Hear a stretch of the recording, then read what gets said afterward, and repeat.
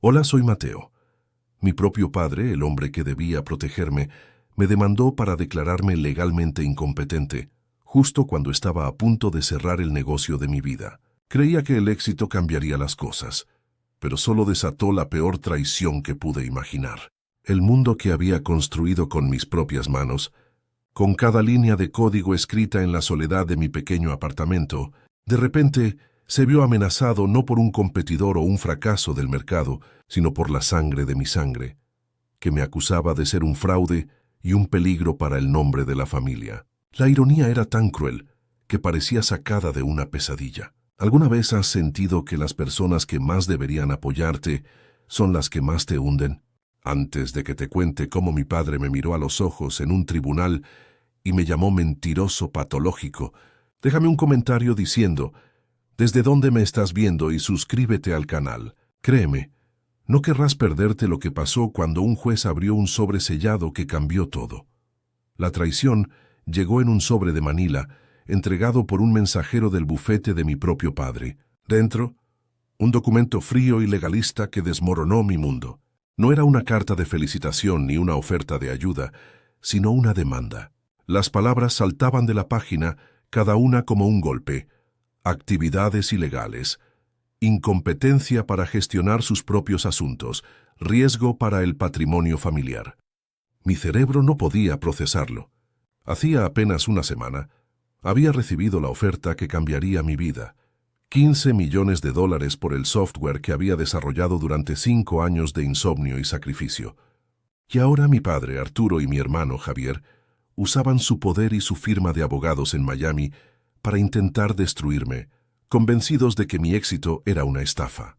El documento en mis manos no era solo papel, era la prueba de que, para ellos, yo siempre sería un fracaso, incluso en mi mayor victoria. Para entender su reacción, hay que entender a mi familia. Viven en una burbuja de prestigio en Coral Gables, donde el éxito se mide en metros cuadrados de la mansión, en los caballos de fuerza del auto y en la marca del reloj que llevas en la muñeca. Mi padre, Arturo, es un patriarca de la vieja escuela, un abogado temido que construyó un imperio legal desde cero. Su heredero natural siempre fue Javier, mi hermano mayor. Él siguió el camino trazado, la mejor universidad, el título de abogado, un puesto directivo en la firma. Yo, en cambio, fui la oveja negra. Desde adolescente, mi pasión eran las computadoras, el código, la creación de mundos digitales. Para ellos eso era jugar a los jueguitos. Cada cena familiar era un recordatorio constante de mi desvío del camino correcto. Una comparación silenciosa pero brutal con el brillante futuro de Javier. Mientras ellos celebraban sus victorias en tribunales y cerraban tratos millonarios en su opulenta villa, mi universo se reducía a las 4 paredes de mi modesto apartamento. No era un lugar de lujo, pero era mi santuario. Las paredes estaban cubiertas de pizarras blancas con diagramas y algoritmos, y el zumbido constante de los servidores era mi música de fondo. Allí, rodeado de cables y monitores, me sentía más en casa que en la fría perfección de la mansión familiar. Ese espacio era el testimonio de mi dedicación. Cada centavo que ganaba haciendo trabajos de programación freelance lo reinvertía en mi proyecto. Vivía con lo justo, no por necesidad, sino por elección. Mi riqueza no estaba en una cuenta bancaria, sino en las miles de líneas de código que poco a poco estaban construyendo algo que el mundo de mi padre jamás podría entender ni valorar. Recuerdo una cena hace unos meses que lo resume todo. Estábamos en el comedor de la villa, un lugar tan grande e impersonal que nuestras voces se perdían en el eco. Mi padre, como siempre, presidía la mesa. En un momento, miró su Rolex, un gesto que siempre hacía para subrayar el valor de su tiempo, y me preguntó con un tono que mezclaba lástima y desdén: «Mateo, el tiempo es dinero. ¿Cuándo vas a dejar de perder el tuyo con esas maquinitas y hacer algo de provecho?» Javier soltó una risita y añadió: «Papá, déjalo. Alguien tiene que vivir en el mundo de la fantasía». Mi madre, Elena, como siempre, permaneció en silencio, su mirada clavada en el plato. Esa noche sentí el peso de su desprecio de una forma casi física. No era solo que no creyeran en mí, era que activamente se burlaban del único sueño que me mantenía en pie. Y entonces llegó el correo electrónico. Era de una de las empresas de tecnología más grandes del mundo. Al principio pensé que era spam, una broma, pero el nombre del remitente, un alto ejecutivo, era real. Programamos una videollamada. Durante 1 hora, 3 de sus ingenieros principales me hicieron preguntas técnicas sobre mi software de inteligencia artificial. Hablamos el mismo idioma. No hubo desprecio, solo un profundo respeto y una fascinación genuina por lo que había creado solo en mi pequeño apartamento. Al final de la llamada, el ejecutivo me miró a través de la pantalla y dijo: «Señor, lo que usted ha construido es revolucionario. Estamos preparados para hacerle una oferta de adquisición por $15 millones». En ese instante, sentí que todo el sacrificio, todas las noches en vela y toda la soledad habían valido la pena. No era el dinero, era la validación. Era la prueba de que mi mundo de jueguitos era más real y valioso de lo que mi familia jamás podría imaginar. Mi primer impulso, mi ingenua esperanza, fue que esta noticia finalmente derribaría el muro que nos separaba. Me imaginé llamando a mi padre, escuchando por primera vez en su voz un atisbo de orgullo. Fantaseé con la cara de Javier al darse cuenta de que el fracasado de la familia había logrado un éxito que él, con todo su prestigio y sueldo de abogado, solo podía soñar. Por un breve momento, creí que el dinero, su lenguaje, sería el traductor que necesitaban para entenderme. Pensé que al presentarles una cifra tan concreta, tan abrumadoramente grande, sus prejuicios se disolverían y finalmente me verían por quién era, alguien que había forjado su propio camino y triunfado.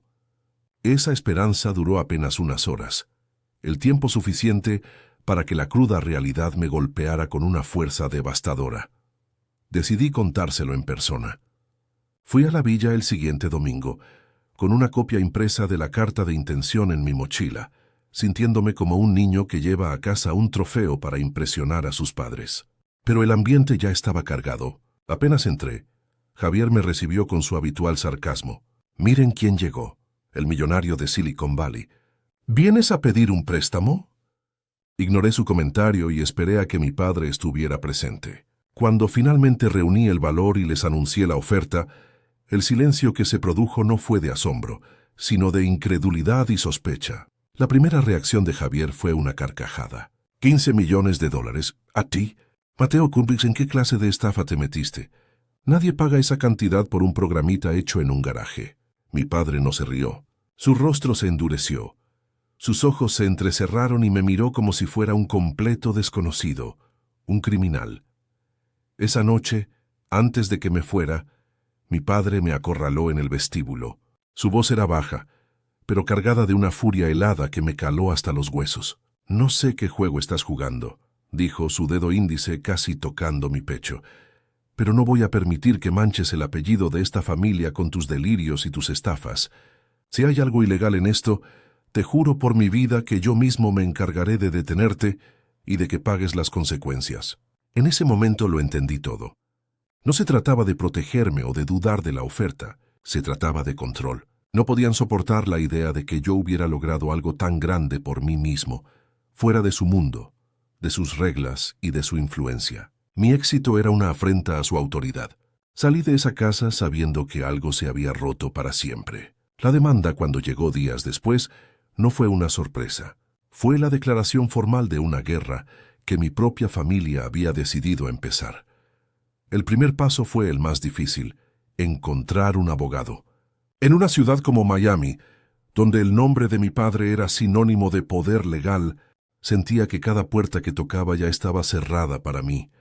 La firma Arturo Vargas & Asociados era una institución, un monolito de influencia y conexiones que se extendía por toda la ciudad. ¿Quién se atrevería a enfrentarse a ellos por un cliente como yo, un programador sin historial, acusado por su propia familia de ser un fraude mentalmente inestable? El miedo era palpable en las voces de los abogados que contacté. Algunos me rechazaron directamente, otros me dieron excusas vagas. Sentía que su sistema me estaba asfixiando antes de que pudiera siquiera respirar. Era una demostración de fuerza, un recordatorio de que en su mundo yo no era nadie, y él lo era todo. Mi lucha no era solo por mi empresa o mi dinero. Era por mi derecho a existir fuera de su sombra. Finalmente, encontré a Ana, una abogada joven y tenaz que trabajaba en una pequeña firma en el centro. No se inmutó cuando mencioné el nombre de mi padre. Al contrario, sus ojos brillaron con una chispa de desafío. Durante nuestra primera reunión, extendió la demanda sobre su escritorio y leyó en voz alta las acusaciones. Cada palabra que salía de su boca sonaba aún más absurda y cruel. Incapacidad para discernir la realidad de la fantasía, comportamiento errático y obsesivo, vulnerabilidad a la explotación financiera. Ana levantó la vista y me miró fijamente. Quieren pintarte como un niño perdido en su propio mundo, Mateo. Quieren que el juez te vea como un loco para poder tomar el control. No es solo por el dinero, es personal. Quieren demostrar que siempre tuvieron razón sobre ti. En ese momento, sentí un extraño alivio. Alguien por fin veía la verdad. Alguien entendía que esto no era una disputa legal, sino un acto de aniquilación emocional. Los días que siguieron se convirtieron en una pesadilla burocrática. Recibía notificaciones, citaciones y solicitudes de documentos casi a diario, cada una proveniente del papel membretado de la firma de mi padre. Javier, mi propio hermano, estaba liderando la ofensiva. Su nombre figuraba en cada documento como el abogado principal del demandante. Me lo imaginaba en su lujosa oficina con vistas a la bahía, redactando esos ataques con una sonrisa de suficiencia, la misma que usaba en las cenas familiares para burlarse de mis jueguitos. La estrategia era clara: ahogarme en papeleo, agotarme emocionalmente y desangrarme financieramente antes de pisar el tribunal. Querían que me rindiera, que admitiera mi locura y les entregara el control. Cada sobre que llegaba era una nueva herida, un recordatorio constante de que las personas que debían amarme estaban usando todo su poder para destruirme. Mi apartamento, que siempre había sido mi refugio, comenzó a sentirse como una prisión. Las paredes cubiertas de ecuaciones y diagramas de flujo, que antes representaban mi creatividad y mi pasión, ahora parecían las divagaciones de un demente a través de los ojos de mis acusadores. Me pidieron registros de cada gasto, cada correo electrónico, cada llamada. Querían analizar mis patrones de sueño, mis hábitos alimenticios, todo. Era una invasión total, una violación de mi vida diseñada para encontrar cualquier cosa que pudieran torcer y usar en mi contra. Me sentía expuesto, vulnerable y profundamente solo. La soledad que antes había elegido como compañera de mi trabajo creativo, ahora se sentía como un castigo, un aislamiento forzado por aquellos que se suponía que eran mi familia. Ya no veía mi código como una obra de arte, sino como una posible prueba en un juicio que buscaba despojarme de mi propia mente. En un momento de desesperación, llamé a mi madre. Tenía la ingenua esperanza de que ella, al menos, pudiera ver la injusticia. Le hablé con la voz quebrada, no pidiendo que se enfrentara a mi padre, sino simplemente que entendiera mi dolor. «Mamá, todo lo que hice fue tener éxito. ¿Por qué están haciendo esto?» Su respuesta fue un susurro al otro lado de la línea, lleno de miedo y evasivas. «Tu padre solo quiere lo mejor para ti, Mateo. Él está preocupado. Javier dice que te metiste en algo peligroso, que podrían estar usándote». Cada palabra era una excusa, una justificación de su crueldad. «Él cree que estás enfermo», concluyó, y esa frase me golpeó como una bofetada. No había defensa, no había apoyo. Ella había elegido su bando, el de la comodidad y la lealtad a su marido, dejándome completamente a la deriva. Colgué el teléfono y un silencio pesado llenó mi apartamento. Fue en ese preciso instante que el dolor se transformó en algo más. La tristeza se evaporó y en su lugar quedó una claridad fría como el acero. Me di cuenta de que no había nada que pudiera decir o hacer para que me vieran. Para ellos mi identidad ya estaba escrita. Era el hijo defectuoso, el soñador inútil. Cualquier éxito que lograra por fuera de sus términos sería interpretado como una estafa o una locura. Entendí que mi lucha no era para convencerlos, porque eso era imposible. Mi lucha era por mí, para demostrarme a mí mismo que su versión de mí no era la verdad. Esa llamada con mi madre, aunque dolorosa, fue el catalizador. Me liberó de la última pizca de esperanza de una reconciliación. A partir de ese momento, mi objetivo ya no era recuperar a mi familia, sino liberarme de ella para siempre. La parte más humillante del proceso fue la evaluación psicológica ordenada por el tribunal a petición de mi padre. Tuve que sentarme en una habitación estéril frente a un psiquiatra cuyos honorarios, sin duda, estaban siendo pagados por la firma Vargas. El hombre me hizo preguntas que claramente le había dictado Javier. Escucha voces cuando está programando. ¿Se cree que sus creaciones digitales son más reales que las personas? Hábleme de su necesidad de aislarse del mundo. Cada pregunta era una trampa, diseñada para patologizar mi dedicación y convertir mi enfoque en una enfermedad. Intentaron usar mi pasión, la única cosa que era verdaderamente mía, como el arma principal en mi contra. Describí mi trabajo con la mayor claridad posible, explicando la complejidad de los algoritmos y el potencial de la inteligencia artificial que había desarrollado. El psiquiatra tomaba notas con una expresión impasible. En un momento me preguntó, «Su familia describe su trabajo como jugar a los jueguitos. ¿Cree que esa es una descripción justa?» La forma en que pronunció esas palabras, con un ligero tono de condescendencia, me hirvió la sangre. Era la frase de Javier, el insulto de mi padre ahora validado por un profesional. Respondí con calma, aunque por dentro quería gritar. No es una descripción justa. Es la descripción de alguien que no entiende ni ha intentado entender mi mundo. Es más fácil desestimar lo que no se comprende que admitir la propia ignorancia. El hombre simplemente asintió y escribió algo en su libreta. Salí de esa oficina sintiéndome violado, como si hubieran intentado hurgar en mi alma con las manos sucias, buscando una enfermedad que no existía para justificar su propia crueldad. Mientras la batalla legal se intensificaba, la presión del mundo exterior comenzó a crecer. Recibí una llamada del ejecutivo de la empresa tecnológica que quería adquirir mi software. Su tono era cortés, pero la preocupación era evidente. «Mateo, hemos sido notificados de una acción legal que cuestiona su competencia para gestionar sus asuntos. Nuestro departamento legal está preocupado. Necesitamos garantías de que esta situación se resolverá. No podemos proceder con una adquisición de $15 millones si el vendedor es declarado legalmente incompetente». La amenaza era clara. Mi familia no solo estaba atacando mi reputación y mi libertad, estaban a punto de hacer que perdiera la oportunidad de mi vida. El sueño por el que había sacrificado todo estaba a un paso de desvanecerse, no por un fallo en mi trabajo, sino por la envidia y el control de mi propio padre. Esa noche no pude dormir. Me senté frente a mis monitores, las líneas de código brillando en la oscuridad. Durante años, este lugar había sido mi santuario, el único sitio donde me sentía poderoso y en control. Ahora todo se sentía frágil, a punto de ser arrebatado. Miré la copia impresa de la carta de intención de compra. Los $15 millones escritos en negrita. Mi padre siempre me había enseñado que el dinero era poder, y ahora estaba usando todo su poder para impedir que yo tuviera el mío. Pero mientras miraba esa cifra, no sentía avaricia ni miedo a perderla. Sentí una rabia fría y decidida. Ese documento no era solo dinero. Era mi validación, mi verdad, mi declaración de independencia. Y no iba a dejar que me la quitaran. No con gritos ni súplicas. Lo haría en su terreno, en su idioma, pero con mis reglas. El plan comenzó a formarse en mi mente esa misma noche.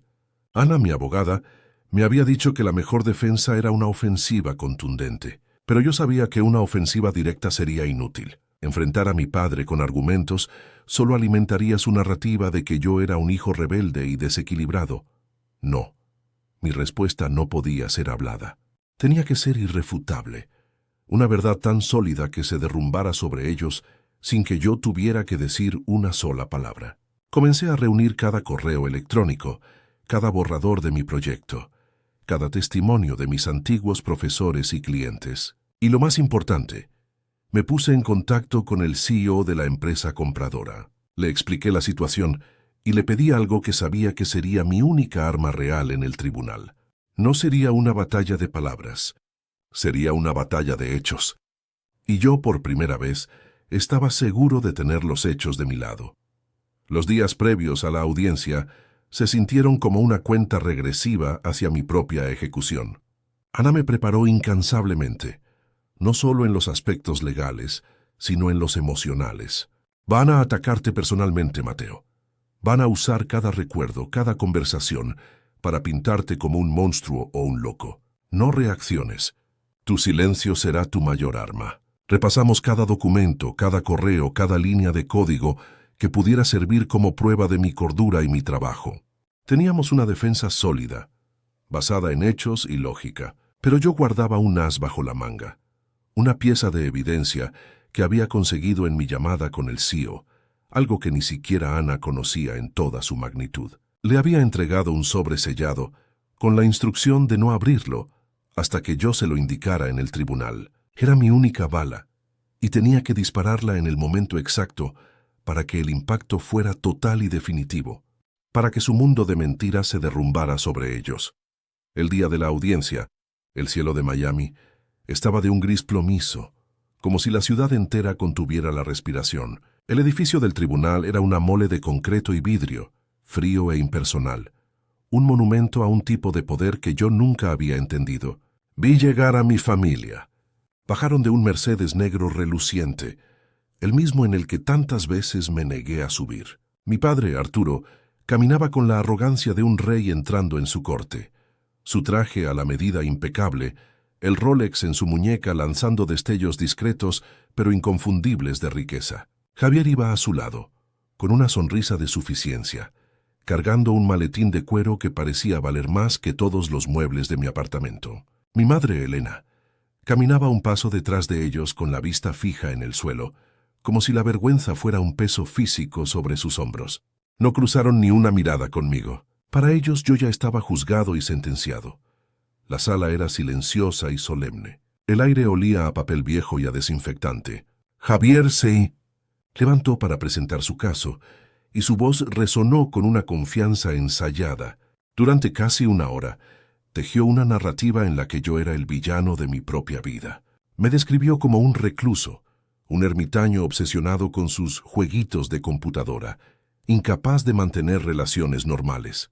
Usó anécdotas de nuestra infancia, retorciéndolas hasta convertirlas en pruebas de mi supuesta inestabilidad. Contó cómo de niño prefería desarmar aparatos electrónicos a jugar al fútbol, presentándolo no como curiosidad, sino como un síntoma temprano de mi desconexión con la realidad.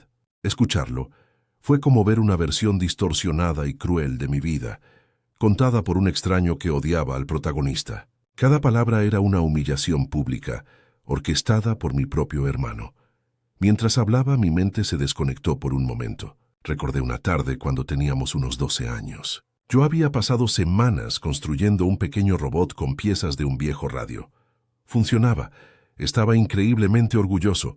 Se lo mostré a Javier y él se rió. Unos días después, en una feria de ciencias de la escuela, él presentó un proyecto sospechosamente similar, diciendo que había sido idea suya. Mis padres lo felicitaron por su ingenio.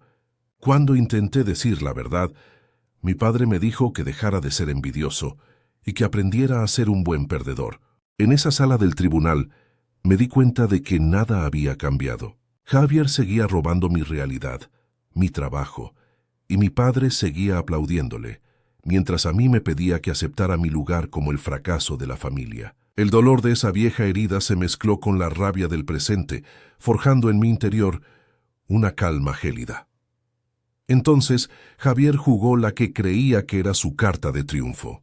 Proyectó en una pantalla una serie de correos electrónicos que yo había intercambiado con mi antiguo mentor de la universidad, el doctor Carlos Ramírez, una de las mentes más brillantes en el campo de la inteligencia artificial. Javier leyó fragmentos en voz alta, sacando de contexto mis explicaciones técnicas y apasionadas. Como puede ver, su señoría, él se refiere a su software como si tuviera conciencia propia. Habla de darle vida a los algoritmos. Son los delirios de un hombre que ha perdido el contacto con la realidad. Vi a mi padre asentir gravemente, pero en ese momento, Javier cometió su primer error fatal. Al mencionar el nombre del doctor Ramírez, sin saberlo, había abierto la puerta que yo necesitaba. Miré a Ana, y un entendimiento casi imperceptible pasó entre nosotros. La trampa estaba lista. Él acababa de colocar el cebo por su propia cuenta. La contrainterrogación de Ana fue una clase magistral de sutileza. No se enfrentó a Javier. En cambio, comenzó a hacerle preguntas sobre su experiencia en derecho tecnológico. Señor Vargas, ¿podría explicarle al tribunal la diferencia entre un algoritmo de aprendizaje profundo y una red neuronal generativa? Javier titubeó. Intentó responder con una jerga legal que no venía al caso, hablando de propiedad intelectual y patentes. Pero era evidente que no tenía ni la más remota idea de lo que estaba hablando. Ana continuó con calma, desmantelando su fachada de experto. ¿Está familiarizado con las valoraciones de startups en la fase pre-comercial? ¿Sabe cómo se calcula el valor de un software disruptivo, como el de su hermano? La arrogancia de Javier se desvaneció, reemplazada por una irritación mal disimulada. El gran abogado de la firma Vargas & Asociados no sabía nada del mundo que pretendía juzgar y destruir. Luego llegó el momento que más temía. Mi padre subió al estrado. Su presencia llenaba la sala. No me miró ni una sola vez. Se dirigió al juez, como si estuvieran teniendo una conversación privada en su club exclusivo. Su voz, siempre tan imponente, ahora sonaba cargada de una falsa pena. Habló de su profunda preocupación por mí, de sus noches de insomnio temiendo por mi futuro. Describió la cena familiar como el momento en que sus peores miedos se confirmaron cuando vio en mis ojos la fiebre de la locura. Y entonces pronunció las palabras que se grabarían a fuego en mi memoria para siempre.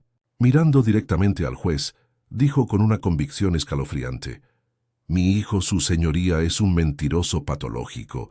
Siempre lo ha sido. Ha deshonrado a nuestra familia, inventándose una carrera y un éxito que no existen». El silencio que siguió a esa frase fue absoluto. Sentí como si el aire me hubiera sido succionado de los pulmones. No era solo una acusación, era un veredicto, una aniquilación, la declaración de un padre borrando a su propio hijo.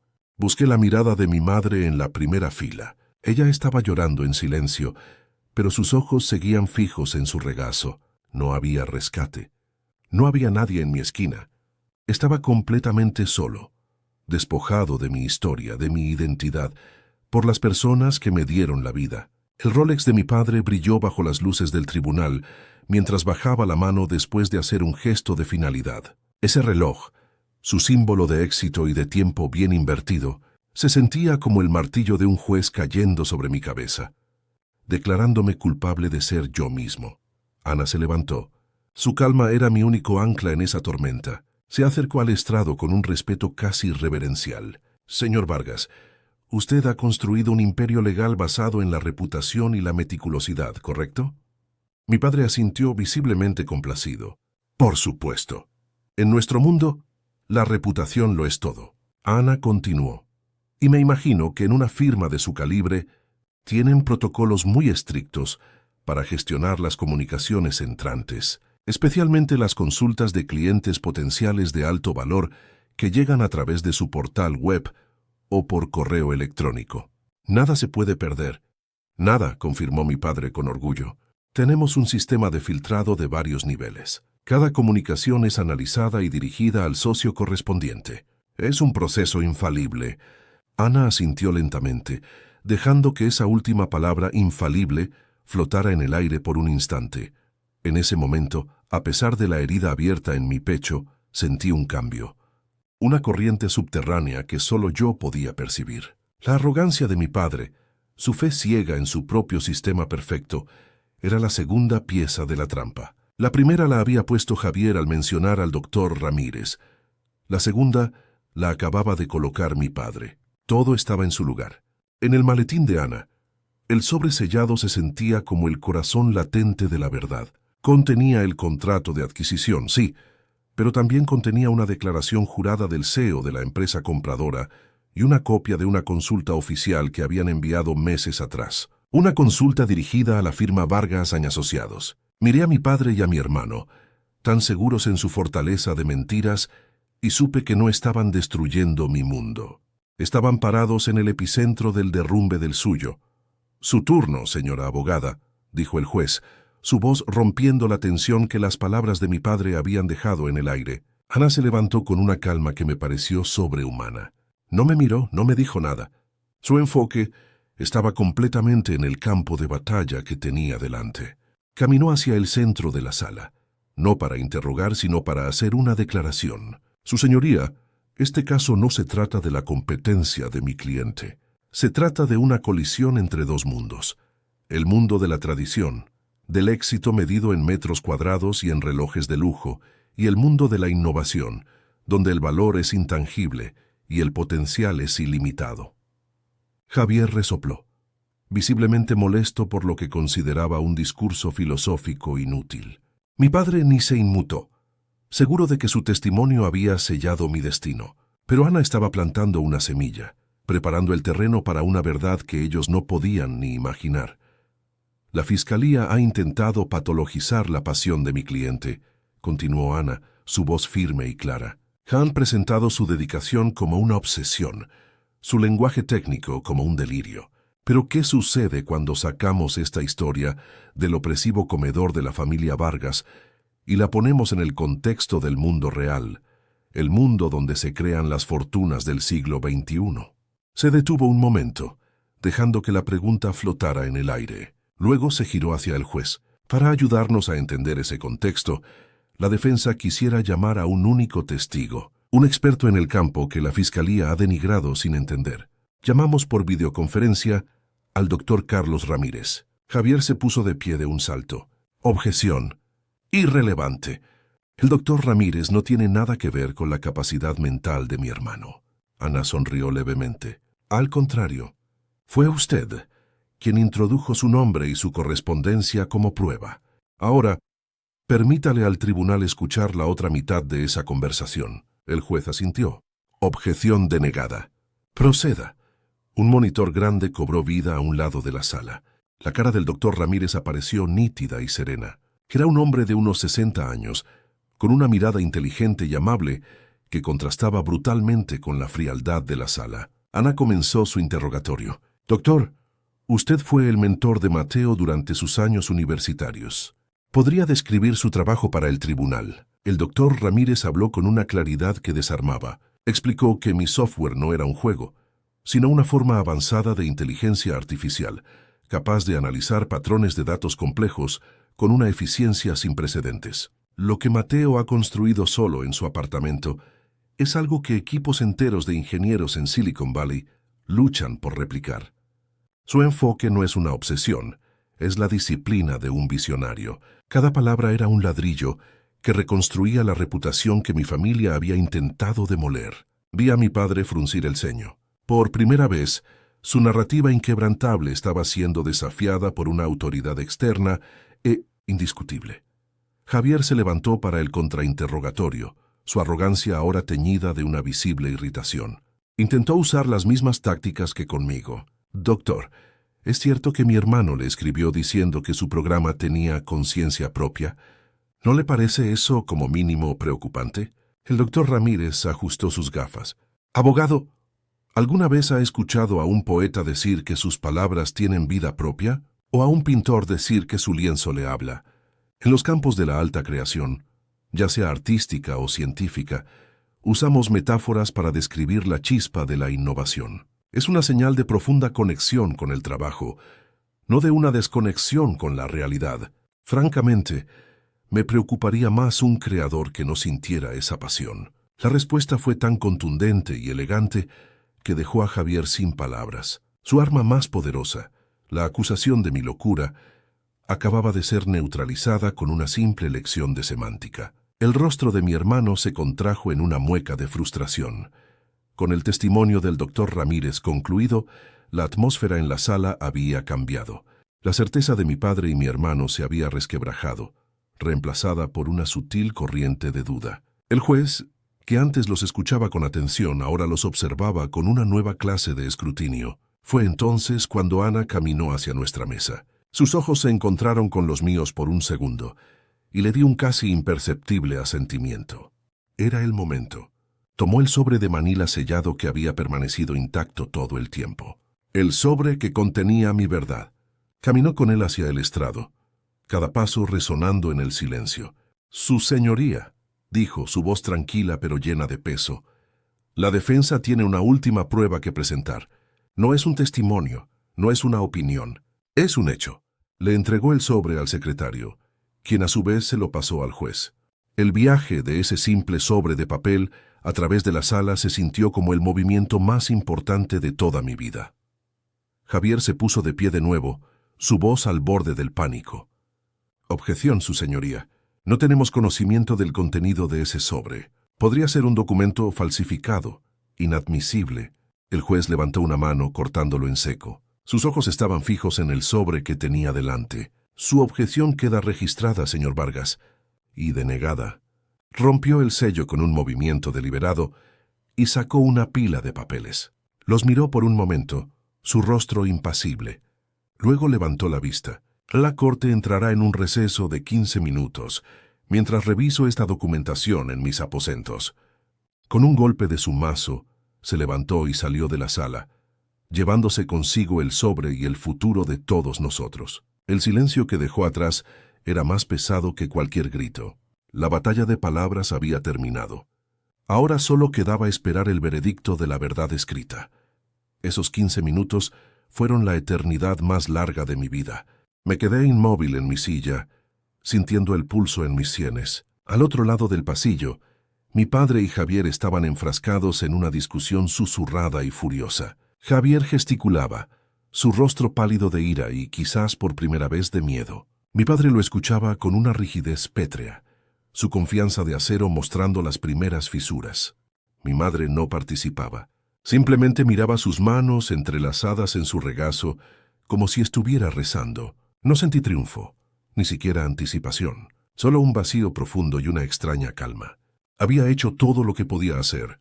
Había colocado las piezas en el tablero. Ahora el juego se desarrollaría sin mí.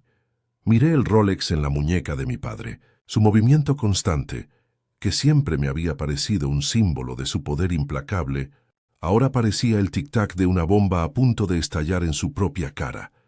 La puerta lateral se abrió y el juez regresó a su asiento. El ambiente en la sala se cargó de electricidad. Su rostro ya no era el de un observador imparcial. Había una severidad en su mirada, una gravedad que helaba la sangre.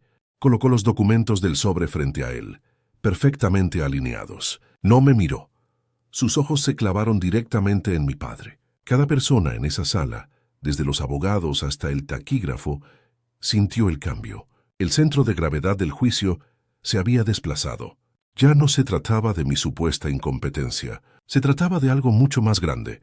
Se trataba del abismo entre la verdad y la mentira que mi familia había construido. El juez se aclaró la garganta y el sonido pareció un trueno en el silencio absoluto. La hora de la verdad había llegado, y sentí cómo mi cuerpo se preparaba para el impacto, fuera cual fuera. «Señor Vargas», comenzó el juez, su voz tranquila pero cortante, dirigida a mi padre. «Ha subido a este estrado y bajo juramento ha descrito a su hijo como un fraude y un mentiroso patológico. Ha afirmado que su supuesto éxito es una fantasía elaborada, un delirio peligroso que amenaza el nombre de su familia». Hice una pausa, permitiendo que las propias acusaciones de mi padre resonaran en la sala, ahora cargadas con un nuevo y ominoso significado. Mi padre asintió lentamente, su mandíbula apretada, aún sin comprender la trampa en la que estaba a punto de caer. Javier a su lado parecía haber encogido, la bravuconería evaporada, reemplazada por una tensión palpable. El juez levantó la primera página de la pila de documentos. El logo de la corporación tecnológica era claramente visible incluso desde mi asiento. Era el contrato de adquisición, mi carta de libertad. El juez continuó su mirada fija en mi padre como un depredador. «Tengo aquí un acuerdo de adquisición legalmente vinculante. La oferta es de $15 millones por la propiedad intelectual creada única y exclusivamente por su hijo, Mateo Vargas». Dejó caer el documento sobre el escritorio, y el sonido del papel golpeando la madera fue como un disparo. El firmante de este acuerdo es el CEO de una de las empresas de tecnología más grandes del mundo, un hombre cuya reputación es impecable y cuyo patrimonio neto supera el de muchos países pequeños. Levantó la vista por encima de sus gafas, sus ojos perforando a mi padre. Así que le pregunto de nuevo, señor Vargas, considerando esta evidencia irrefutable, ¿quién es exactamente el que ha estado viviendo en una fantasía? ¿Y quién es el mentiroso patológico en esta sala? La pregunta quedó suspendida en el aire, letal y sin respuesta, mientras el mundo de mi padre comenzaba a derrumbarse a su alrededor. La pregunta del juez quedó suspendida en el aire, densa y pesada como la humedad de Miami antes de una tormenta. Cada segundo de silencio era una tortura.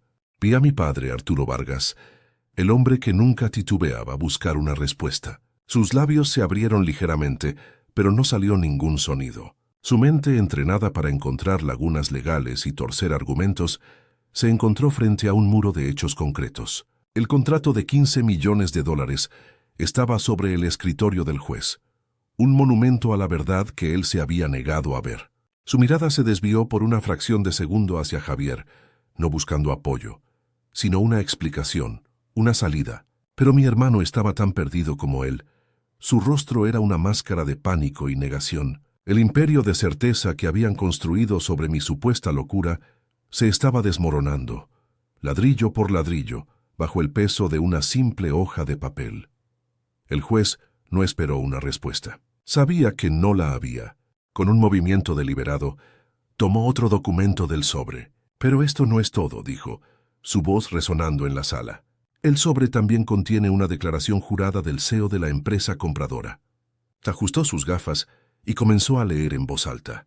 Las palabras llenaron la sala, cada una de ellas un bálsamo para mis heridas y una daga para su orgullo. Consideramos que el software desarrollado por el señor Mateo Vargas es una de las innovaciones más significativas en el campo del análisis de datos de la última década. Su genio no reside solo en su habilidad técnica, sino en su integridad y en su visión a largo plazo. Hizo una pausa y levantó la vista, mirando directamente a mi padre.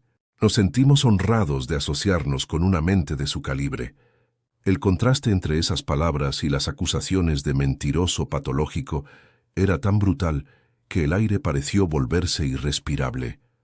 Javier se puso de pie de un salto, su silla raspando el suelo con un ruido estridente. Objeción. Esa declaración es parcial. Es un testimonio de oídas, su señoría. No puede ser admitida. Su voz era aguda, desesperada. Estaba perdiendo el control, y todos en la sala podían verlo. El juez lo miró con una paciencia gélida. Siéntese, abogado. Esta es una declaración jurada, presentada como prueba documental, y francamente, después de escuchar el testimonio del doctor Ramírez, encuentro su contenido mucho más creíble que las anécdotas familiares que usted ha presentado como evidencia de la supuesta inestabilidad de su hermano. El martillo del juez cayó suavemente sobre la madera, pero el sonido fue definitivo. Su objeción es denegada. Y le advierto que no vuelva a interrumpirme. Javier se desplomó en su silla, su rostro pálido y cubierto por un fino velo de sudor. La partida había terminado, y él lo sabía. La humillación, sin embargo, aún no había alcanzado su punto más profundo. El juez tomó el último documento del sobre, una sola hoja de papel. Era una copia de un correo electrónico. La sala entera contuvo la respiración. Y ahora, dijo el juez, su tono volviéndose aún más severo, llegamos a la parte más preocupante de esta evidencia. Dirigió su mirada a mi padre, pero sus palabras estaban claramente dirigidas a toda la firma Vargas and Asociados. Parece ser que la empresa compradora, antes de contactar directamente al señor Mateo Vargas, hizo lo que cualquier corporación prudente haría. Buscaron asesoría legal en Miami para una adquisición tecnológica de 1900 alto valor, y por una cruel ironía del destino, enviaron una consulta inicial a la firma legal más prestigiosa de la ciudad. Dejó que la implicación se asentara.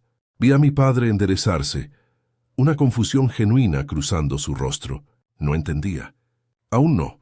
Esta consulta, continuó el juez levantando el correo impreso para que todos lo vieran, fue enviada hace 4 meses al correo general de Arturo Vargas y Asociados. El asunto era claro. Consulta sobre adquisición de startup de IA valorada en 8 cifras. El silencio en la sala era total. Podía escuchar el latido de mi propio corazón. Mi padre miró a Javier, su ceño fruncido en una pregunta silenciosa. La expresión de Javier se había transformado de pánico a puro terror. Estaba atrapado. Nuestro sistema informático judicial, explicó el juez con una calma metódica, nos permite verificar los metadatos de las pruebas digitales. Este correo fue recibido, fue abierto, y según el registro del servidor de su propia firma, fue movido a la carpeta de spam por el usuario Javier.Vargas, 2 minutos después de su recepción. Cada palabra fue un clavo en el ataúd de la credibilidad de mi hermano. El mundo pareció detenerse. Mi padre se giró lentamente en su asiento para mirar a Javier. No había furia en su rostro, ni gritos ni acusaciones. Había algo mucho peor, una comprensión fría y absoluta. La mirada de un hombre que se da cuenta de que ha sido traicionado, no por su hijo fracasado, sino por su heredero dorado, su sucesor, el hijo en el que había depositado toda su fe y su orgullo. En ese instante, la dinámica de poder de toda mi vida se invirtió. Javier, el hijo perfecto, quedó expuesto no solo como un mentiroso, sino como un tonto incompetente cuya arrogancia y envidia le habían costado a la firma y a su padre la oportunidad de sus vidas. Javier no pudo sostener la mirada de mi padre. Bajo la vista, su rostro descompuesto, la imagen misma de la culpa.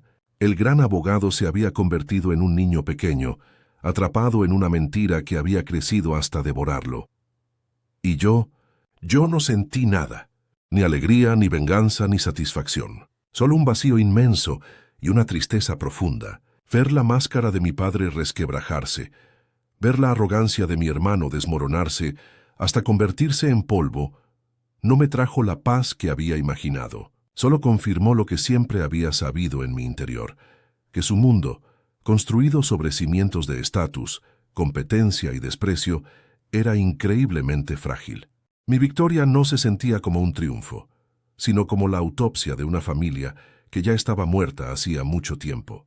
Todo el dolor, toda la humillación, todo había sido por nada, por la envidia de un hermano y la ceguera de un padre. En ese momento, no los vi como monstruos, los vi como lo que eran, 2 hombres patéticamente pequeños, ahogándose en el prestigio que ellos mismos habían creado. El juez se aclaró la garganta, devolviéndome al presente.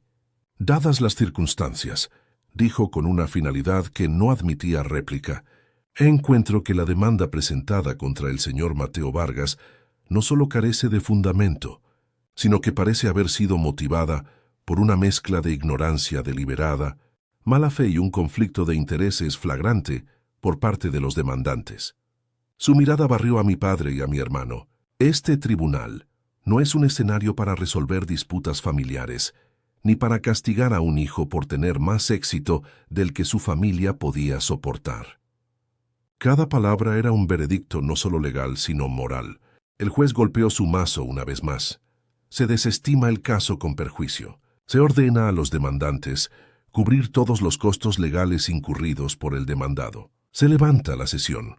Con esas palabras finales, el juez se levantó y se fue, dejando un campo de batalla emocional en su estela. El hechizo se rompió. La sala estalló en murmullos. Hannah me puso una mano en el hombro, un gesto de victoria silenciosa. Pero mi atención estaba en otra parte. Observé a mi familia. Mi padre no se movía. Se quedó sentado mirando al frente, a la nada, como si su esqueleto hubiera sido removido y solo quedara la cáscara de su traje caro. El Rolex en su muñeca, que siempre había sido un símbolo de su poder y control sobre el tiempo, ahora parecía un grillete inútil en un hombre cuyo futuro se acababa de detener. Javier, por su parte, recogía sus papeles con manos temblorosas, sin atreverse a mirar a nadie, desesperado por huir de la escena de su propia destrucción. Mi madre, Elena, fue la única que rompió el silencio de su familia. Un sollozo ahogado escapó de sus labios. Era un sonido de dolor puro, el lamento de una mujer que había apostado por el bando equivocado y lo había perdido todo. Sus lágrimas no eran por mí, ni siquiera por el dinero perdido. Eran por la imagen perfecta de su familia, ahora hecha añicos en el suelo de una sala de tribunal. Lloraba por la mentira en la que había vivido tan cómodamente durante tantos años. Sus lágrimas no me produjeron compasión, solo una distancia infinita. Eran las lágrimas de una extraña, lamentando la pérdida de un mundo al que yo nunca había pertenecido y al que, gracias a Dios, ya nunca tendría que volver. No esperé a que se levantaran. No había nada más que decir. Mi verdad había sido contada no por mi boca, sino por los hechos. Me puse de pie, y por primera vez en mi vida, en presencia de mi familia, no me sentí pequeño ni invisible. No me sentí como la oveja negra o el soñador inútil. Me sentí como yo mismo, completo y libre. Ana me sonrió, una sonrisa de genuino respeto. Le devolví el gesto con un leve asentimiento de gratitud. Luego, sin mirar atrás, sin una última palabra, me di la vuelta y comencé a caminar hacia la salida. Cada paso que daba se sentía más ligero que el anterior, como si me estuviera despojando de un peso que había cargado durante 26 años. El sonido de los sollozos de mi madre y el silencio aplastante de mi padre y mi hermano se desvanecieron a mis espaldas. Estaba saliendo de su historia y entrando por fin en la mía. Al salir del edificio del tribunal, el aire húmedo de Miami me golpeó la cara, pero por primera vez se sintió limpio, respirable. Dejé atrás los murmullos, el rostro petrificado de mi padre y los sollozos ahogados de mi madre. Ana caminó a mi lado en silencio por un momento y luego dijo con una sonrisa de alivio: «Lo lograste, Mateo. Hiciste lo imposible». Le di las gracias, pero la verdad es que no me sentía como un ganador. Me sentía como un sobreviviente que emerge de los escombros después de un terremoto que ha durado toda una vida. No había euforia, solo un silencio profundo y vasto en mi interior. Al otro lado de la calle, el Mercedes negro de mi padre esperaba listo para llevarlos de vuelta a su fría villa en Coral Gables. Imaginé el viaje de regreso, un viaje que seguramente se haría en un silencio sepulcral, espeso de acusaciones no dichas. A la mañana siguiente, mi teléfono sonó. Era el CEO de la empresa tecnológica. Su voz era cálida, sin el rastro de preocupación que había mostrado antes. «Felicidades, señor Vargas. Sabíamos que habíamos elegido al hombre correcto. Nuestro equipo legal ha revisado la resolución del tribunal. Estamos listos para proceder en cuanto usted lo esté».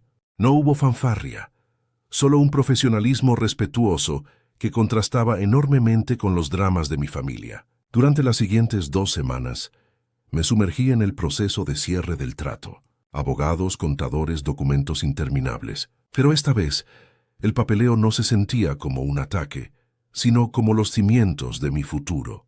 Cada firma era un paso más lejos de la sala de aquel tribunal, un paso más hacia una vida que sería enteramente mía. Firmé el acuerdo final en la pequeña oficina de Ana, usando un bolígrafo común, no una pluma de oro. Se sintió correcto, se sintió real.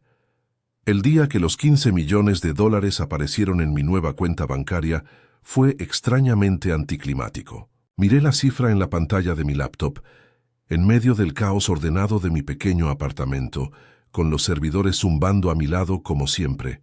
El número era tan grande que parecía abstracto, casi irreal. No sentí un torrente de alegría ni el impulso de comprar un auto deportivo. En cambio, sentí una profunda sensación de seguridad. Era la libertad de no tener que volver a justificar mi existencia ante nadie. Era el poder de decir no. Era el capital para construir mis próximos sueños, sin pedir permiso. Cerré la laptop. El dinero no era el trofeo. El verdadero trofeo era el silencio, la paz, el derecho a ser invisible para aquellos que solo sabían verme a través del lente de sus propias decepciones y fracasos. Antes de empezar mi nueva vida, había un último asunto que resolver, un último mensaje que enviar, uno que no requería palabras. Abrí mi aplicación bancaria y busqué el número de cuenta de la firma de mi padre. Lo conocía de memoria por las pocas veces que me habían ayudado con algún gasto universitario, siempre con un aire de condescendencia. El juez había ordenado que cubrieran mis costos legales, una suma que ascendía a $75,000. Hice una transferencia por ese monto exacto a la cuenta de Arturo Vargas y Asociados. En el campo de concepto, no escribí pago de costas judiciales ni nada por el estilo. Simplemente escribí gracias. No era sarcasmo, era un adiós. Era la declaración final de mi independencia, pagada con mi propio éxito. Era el punto final de un capítulo que nunca debió haberse escrito. A partir de ese momento no les debía nada. Nunca volví a hablar con mi padre. Supe, a través de Ana que el escándalo había sido devastador para la reputación de la firma. La historia de un socio fundador que demanda a su propio hijo y pierde de una manera tan humillante se extendió como la pólvora en los círculos legales de Miami. Perdió clientes importantes, pero el mayor golpe, me enteré, no fue financiero, fue la fractura irreparable con Javier. Arturo, el patriarca que valoraba la lealtad y la imagen por encima de todo, no pudo perdonar a su heredero por haberlo hecho quedar como un tonto, por haberle ocultado la verdad por pura envidia. El Rolex que siempre llevaba en la muñeca, ese símbolo de un tiempo perfectamente controlado, ahora solo marcaba las horas de un imperio en decadencia. Un legado manchado por la arrogancia de su propio creador y la traición de su hijo predilecto. El destino de Javier fue, en cierto modo, más trágico. Mi padre no lo despidió. Eso habría sido admitir públicamente el error.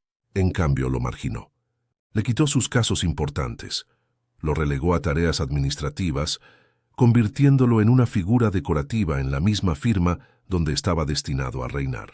Pasó de ser el heredero brillante a una vergüenza silenciosa, un recordatorio constante del juicio que lo había expuesto. Su arrogancia se desinfló, dejando solo un resentimiento amargo. Había intentado destruir mi mundo para proteger el suyo, y en el proceso había perdido ambos.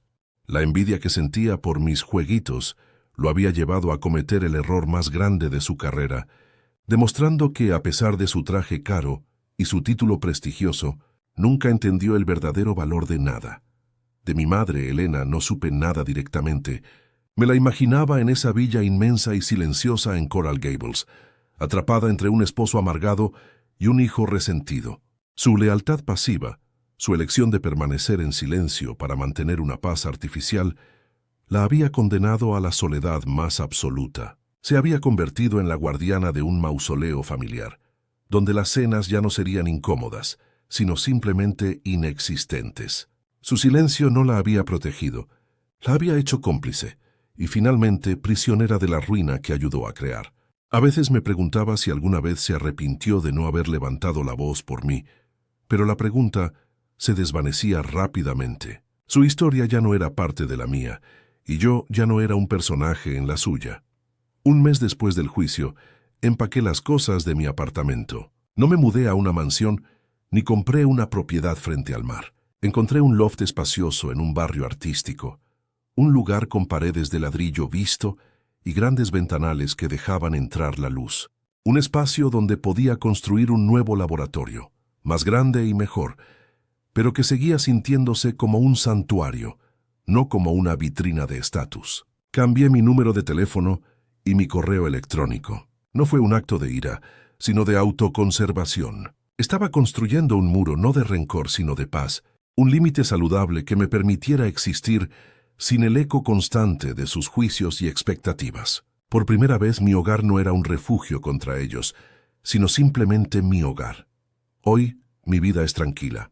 Dirijo mi propia empresa, trabajo en proyectos que me apasionan y me rodeo de personas que entienden y respetan mi mundo. El dinero me ha dado libertad, pero mi verdadera riqueza es la autonomía que luché por conseguir. A veces, cuando veo un reloj de lujo en la muñeca de alguien, no siento la vieja punzada de exclusión, siento una extraña sensación de alivio. Pienso en mi padre, en su villa, en su imperio legal y me doy cuenta de que escapé de una prisión dorada. No necesité su aprobación para encontrar mi valor. No necesité su apellido para construir mi nombre. Me llamo Mateo. Y esa finalmente es la única identidad que importa. Mi historia con ellos ha terminado. Mi verdadera historia apenas comienza. Si has llegado hasta el final de mi historia, es probable que en algún rincón de tu vida también te hayas sentido invisible.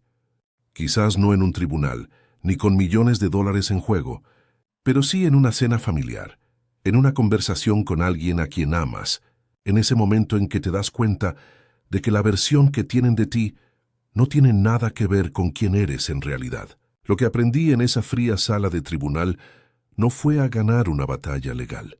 Lo que aprendí es que la lucha más importante no es contra los que te subestiman, sino contra la parte de ti que empieza a creerles. Su desprecio era un veneno, y por mucho tiempo yo lo bebí a diario, esperando que de alguna manera me hiciera más fuerte. Pero la verdadera fortaleza no viene de resistir el veneno, sino de dejar de beberlo por completo.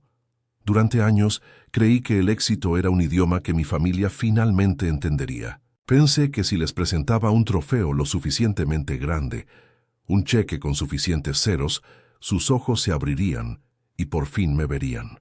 Estaba equivocado. El dinero no fue mi victoria. Fue simplemente el traductor que obligó al juez a escuchar. Mi verdadera victoria ocurrió mucho antes, en la soledad de mi apartamento. Cada vez que elegía escribir una línea más de código en lugar de rendirme a su desdén.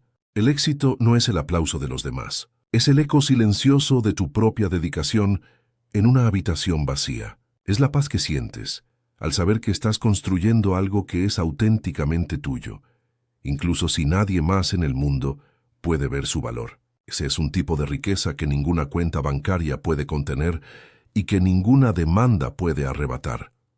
He pensado mucho en el perdón, no en el sentido de llamarlos y decirles, los perdono.